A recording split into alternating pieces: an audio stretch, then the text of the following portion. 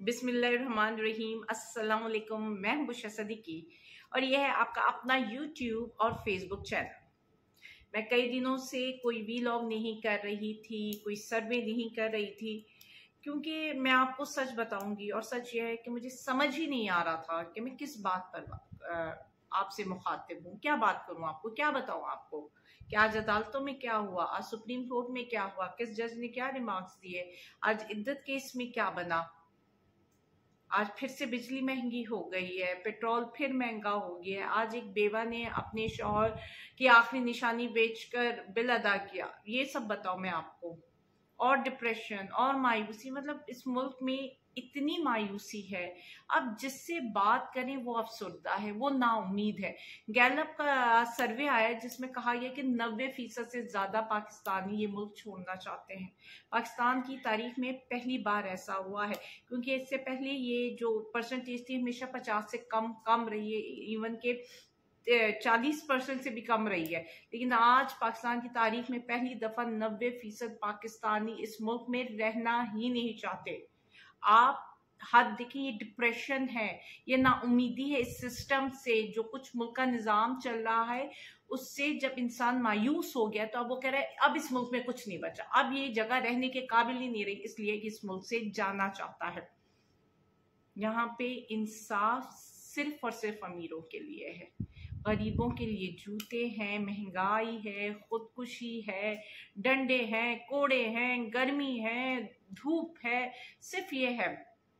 अभी आप लोगों ने कहानी सुनी होगी, मैं वो कहानी दोबारा से आपको सुनाना चाहती हूँ।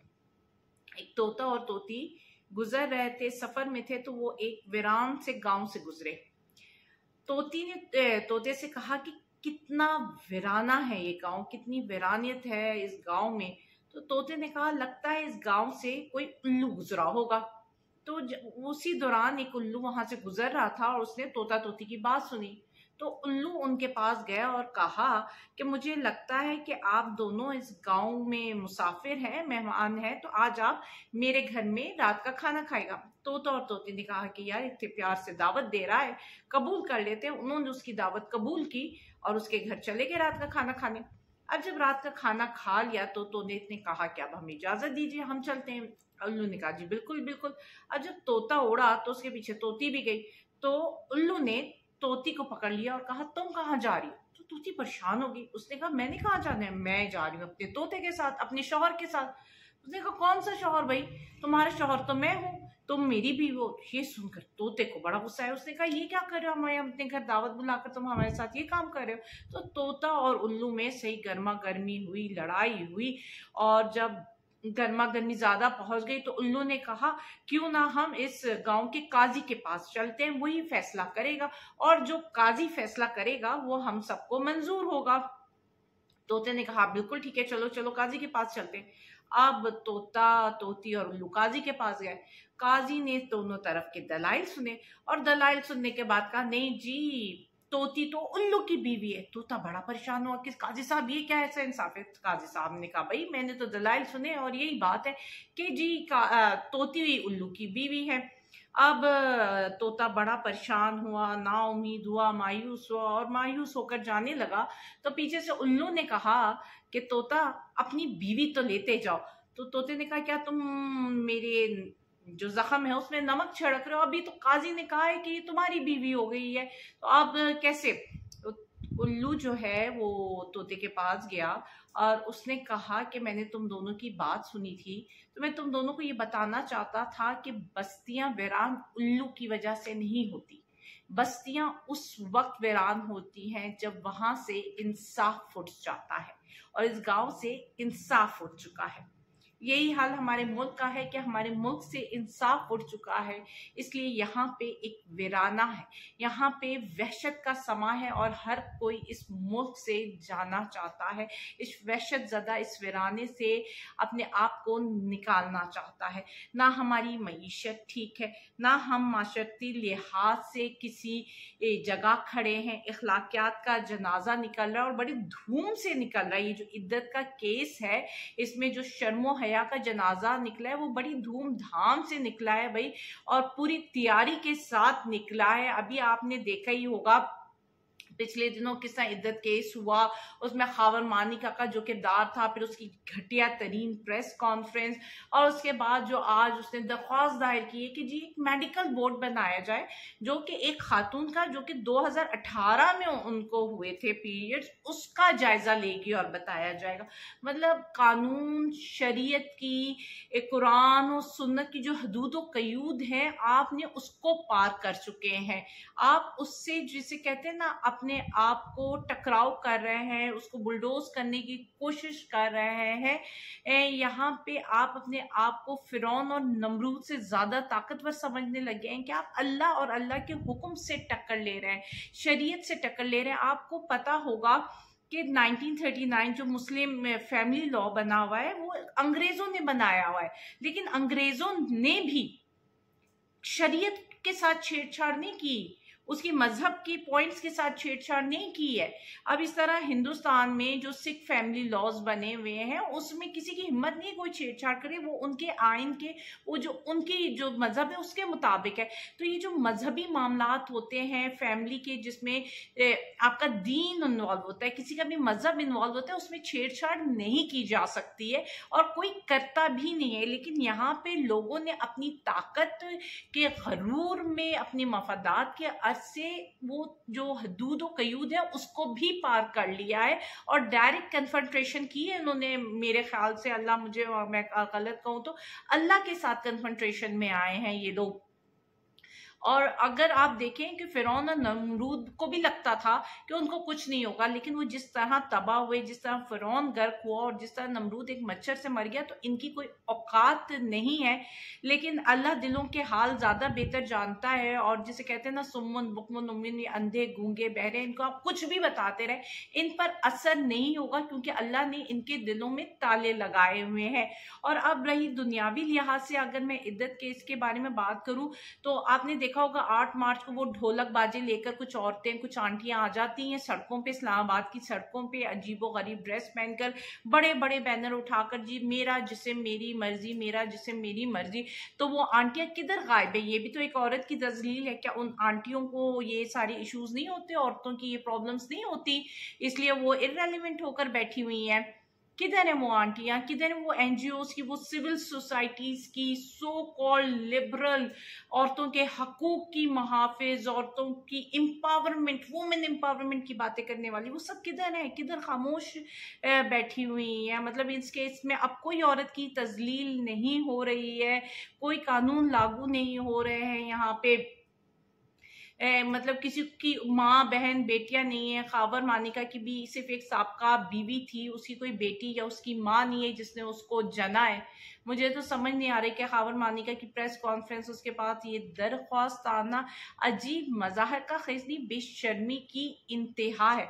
और यही सवाल आज जैनब उमैन ने भी इद्दत वाले केस में उठाए, जो मैं पिछले कई दिनों से ट्वीट कर रही थी, पोस्ट कर रही थी और पूछ रही थी कि इस वाले केस में खावर मानिका की हैसियत क्या है, वो कैसे रेलिवेंट हो सकता है।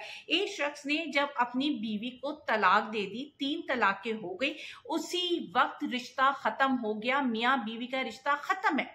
इद्दत के मसाइल अलग है, इद्दत की रीजंस अलग हैं कि इद्दत किस वजह से की जाती है। वो चेक करते हैं कि औरत की प्रेगनेंसी है कि नहीं है, ये सारी चीजें इशू होता है। तो जब आपने तलाक दे दी, एट दैट पॉइंट आपका और आपकी बीवी का रिश्ता खत्म हो चुका है। अब बीवी के लिए आप एक गैर महरम हो, गैर मुतल्लिका शख्स हो, उसके अलावा कुछ नहीं है। आपका और उस औरत का कोई लेना देना नहीं है।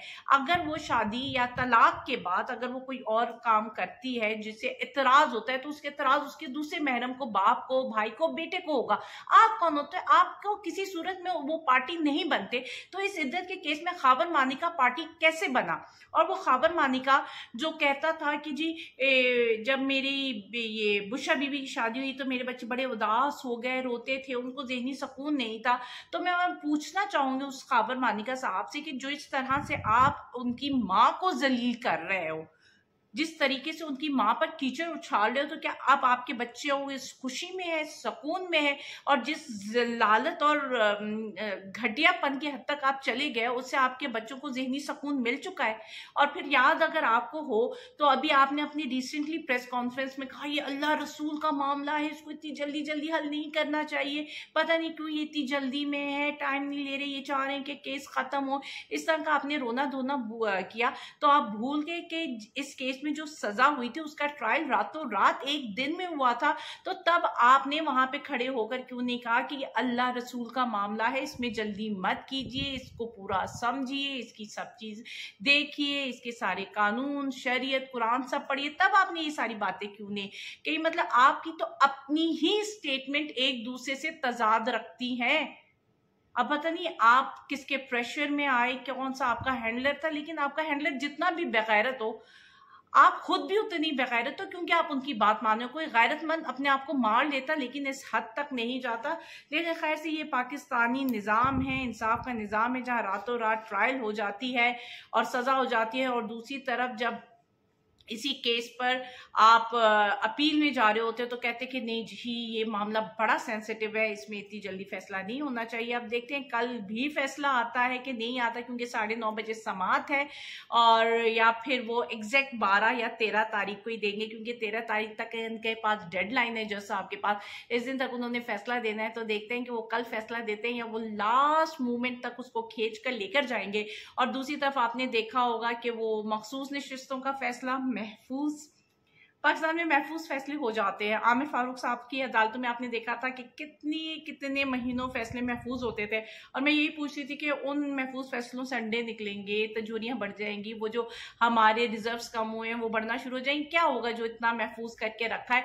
तो आज तक कोई मंतक समझ नहीं आई फैसलों को महफूज करने की। और आज 13 जजेस के पर मुश्तमिल एक इजलास भी हुआ था, और उसके बाद सब कह रहे थे कि हो सकता है कि फैसला सुना दिया जाए, लेकिन आज भी फैसला नहीं सुनाया गया। और कल फिर दोबारा से इजलास होगा, और फिर ये कहा जा रहा है कि शायद कल फैसला सुना दिया जाए। और बहुत सारी थ्योरीज मार्केट में हैं, क्योंकि कुछ कहते हैं कि ये फैसला 12-1 से आएगा, कुछ कहते हैं जी ये 7-6 से पीटीआई के खिलाफ आएगा, क्योंकि अभी तक याहिया अफरीदी और मंदू खलील ने अपना माइंड डिस्क्लोज नहीं किया। बाकी जजेस के माइंड तो डिस्क्लोज है, और ये 2 जजेस हो सकते हैं गेम चेंजर, हो सकते हैं किसी भी हाल में। तो ये है। और दूसरी तरफ ये थ्योरी चल रही है कि ये जो इजलास हो रहा है उसमें फायज़ा साहब मैनेज करने की कोशिश कर रहे हैं, बता रहे हैं जजों को अपनी तरफ करना चाह रहे हैं, और जजों को ये यकीन दहानी करा रहे हैं कि मुझे एक्सटेंशन नहीं चाहिए, लेकिन प्लीज़ ये फैसला ज़रा हमारे हक में कर दो। क्योंकि जो काजी फाइज के हैंडलर्स हैं उन्होंने भी उनको डंडा दिया हुआ है कि किसी भी तरह ये फैसला ECP या गवर्नमेंट के हक में ही आना चाहिए, लेकिन ऐसा पॉसिबल नहीं है। अब देखें बेचारे काजी फाइज ईसा तो वो फंसे हुए, जिसे कहते हैं ना आगे कुआं पीछे खाए। अगर तो वो अपने हैंडलर्स को कुछ नहीं दे पाते हैं, अगर वो ये नुकसान आपने देखा कि अगर वो ECP या गवर्नमेंट के हक में ये फैसला नहीं आता है, तो ऑलरेडी एक उन्होंने रेफरेंस की हवा चलाई जा चुकी है कि जी काजी फाइज ईसा के खिलाफ रेफरेंस आने वाला है, फवाद चौधरी उनके खिलाफ रेफरेंस लेकर आएंगे। ये देखिए एक ऑलरेडी माहौल या एक प्रेशर बिल्टअप किया जा रहा है कि भाई अगर तुमने हमारी फेवर में फैसला नहीं दिया तो हम ये रेफरेंस ला सकते हैं। वो जो तुम्हारे पहले रेफरेंसेस हमने बंद करवाए थे, तुम्हारी बीवी की प्रॉपर्टीज हमने जो है वो आय शाई कर दी थी, तो अब ऐसा नहीं है, अब हम दोबारा से खुलवा भी सकते हैं, हम बंद करवा सकते हैं तो हम वो केस दोबारा से खुलवा भी सकते हैं। एक तरफ उनको ये डंडा दिया जा रहा है और दूसरी तरफ उनको एक्सटेंशन की लॉलीपॉप दी जा रही है कि अगर तुमने ये करवा दिया, हमारे हक में ये फैसला कर दिया, तो फिर तुम्हें एक्सटेंशन भी मिलेगी, मराद भी मिलेगी, जो तुम चाहो सरकार वो तुम्हें मिलेगा। लेकिन अंदर खाते बात यह है कि अभी तक वो नाकाम है।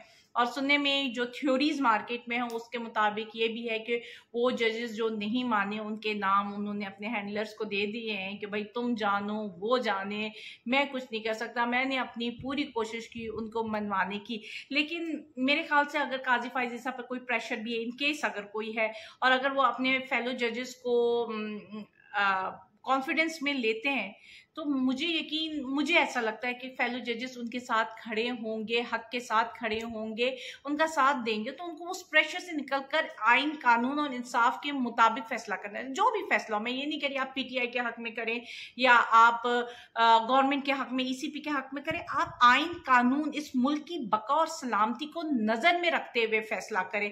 ये मुल्क पहले ही वीरान होता जा रहा है, इस मुल्क में बसने वाले, इस मुल्क में आप रहना नहीं चाहते हैं, तो जो भी आपने फैसला करना है, क्योंकि ये केस इस मुल्क के मुस्तकबिल का फैसला करेगा। आपको क्या लगता है कि ये केस कोई मामूली केस है कि ईसीपी जीत जाएगा, उसकी जो अना को ठेस नहीं लगेगी, और अगर उसके खिलाफ फैसला है तो उसकी अना को ठेस लगेगी? ऐसी बात नहीं है। मुल्क की बका का, ये 24 करोड़ अवाम का, जिस तरह अथर मनल्ला बार बार ये बात कहते रहे कि 24 करोड़ अवाम के बुनियादी हक का फैसला है, आपकी इसमें बका है, आपकी जमहूरियत की बका है। अगर आप इस दफा ये डीरेल हो गई तो सब कुछ खत्म हो जाएगा। क्योंकि आप देख ले, पहले आपने खौफ की फिजा पैदा कर दी। जब किसी ताकतवर ने खौफ की फिजा पैदा कर देता है ना, तो उस ताकतवर के खिलाफ वैसी नफरतें पैदा हो जाती हैं, और जब नफरतें ज्यादा हो जाए ना, हद से ज्यादा हो जाए, तो वो बगावत की चादर ओढ़ लेती हैं। और फिर आपने देखा है, जब बगावत हो जाए तो बड़े से बड़ा ताकतवर और ताकतें खत्म हो जाती हैं, तबाह बर्बाद हो जाती हैं। तो इसलिए जो भी आप फैसला करें वो आइन कानून के मुताबिक करें, आप खड़े हो जाएं, डट जाएं।